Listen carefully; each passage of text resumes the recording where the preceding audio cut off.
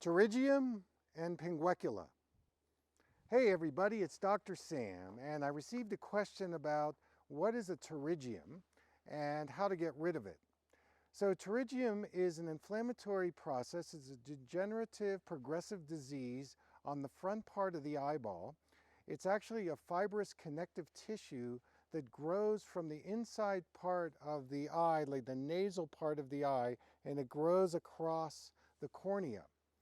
Now, in terms of Pinguecula, this comes before the pterygium, so it's the beginnings of the pterygium, where there's a raised part of the connective tissue on the inside part of the eye.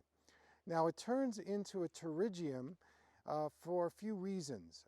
First of all, I think that oxidative stress is an issue. So if we have a development of free radicals that are accumulating around that area of the eye, it can actually spur the growth. Also, if you're in an environment that's dry, windy, hot, sunny, like the desert Southwest, you have a higher incidence of getting a pterygium. Now, in terms of surgery, the success rate is only about 40%. So even if you cut it away, it tends to grow back even more aggressively. So what can you do to get rid of a pterygium?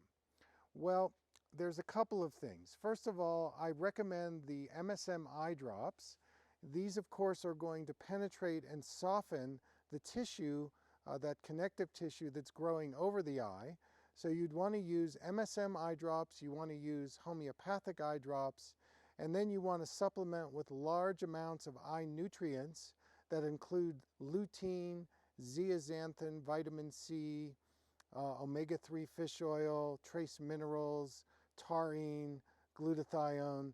These are all really important eye nutrients that help dissolve free radical damage or metabolic waste that's going to accumulate.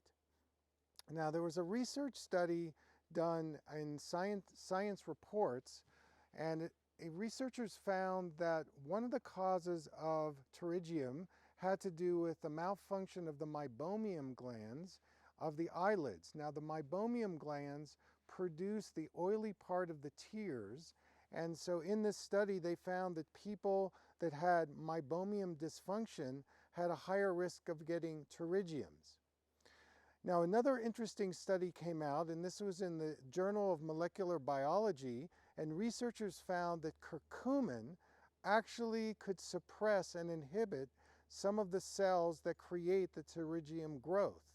So this is important to note that curcumin, where turmeric is in that, actually can help suppress some of the growth of pterygium. Overall, this is not a serious condition. It's not cancer. It's a benign situation. It can definitely distort your vision if it grows over your eyes.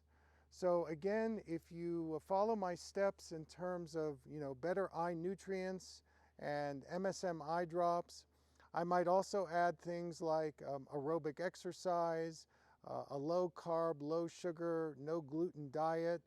I would also include probiotics and pre-probiotic fiber in the intestinal tract.